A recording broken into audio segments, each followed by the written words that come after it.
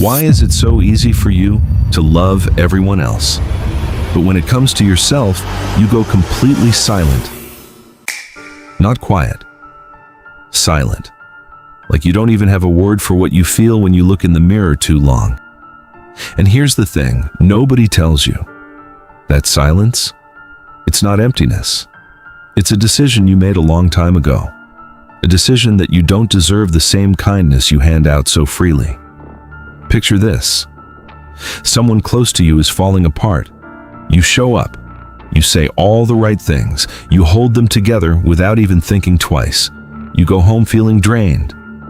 And somehow, that feels right. Like you earned your place by giving everything away. But when it's your turn to fall apart, you call yourself weak for it. That's not random. That's a pattern. And patterns always have a reason. Here's what's really happening underneath all of it. At some point, you learned that your value was conditional. That love was something you had to perform for. So you performed. You became the helper, the listener, the one who never asks for too much. And somewhere in all that performing, you forgot that you were also a person who needed something back. So now you give. Endlessly. Because giving feels safe. Taking feels dangerous. Needing feels like a burden you refuse to put on anyone else, even though you'd carry that same burden for them without a second thought. That's the first layer. But it goes deeper.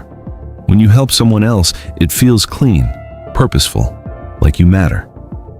But when you try to help yourself, be kind to yourself, speak gently to yourself, it feels undeserved, almost dishonest, like you'd be lying to yourself about who you really are. So self-criticism becomes the honest voice, and kindness toward yourself starts to feel like a lie you're not allowed to tell.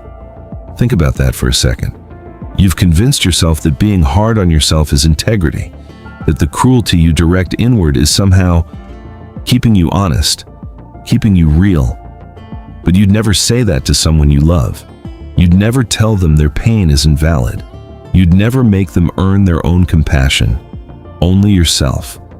And here's where it gets uncomfortable. The kindness you give to others isn't just kindness. It's also proof. Proof that you're worth something. Proof that you have a reason to exist in this world. Because deep down, you don't fully believe you're worth something on your own. So you manufacture worth. One good deed at a time. One person saved at a time. And you keep going. Not because you have too much love, but because you don't know how to stop without feeling like nothing. That's not broken. That's a wound walking around in a helping hand.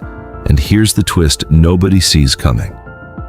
The harshest critics on the outside are usually the most forgiving people in the room.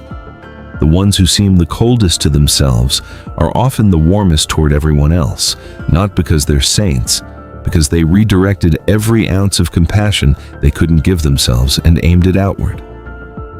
They became generous with pain they couldn't process. They became kind because they knew, more than anyone, how much unkindness hurts. That's the irony that breaks the heart.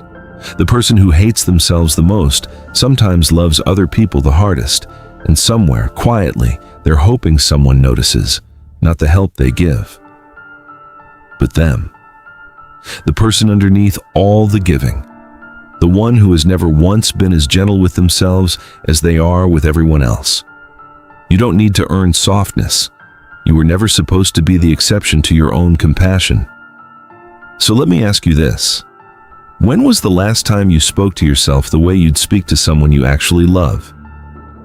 If you want to understand people, subscribe to MindMorsels.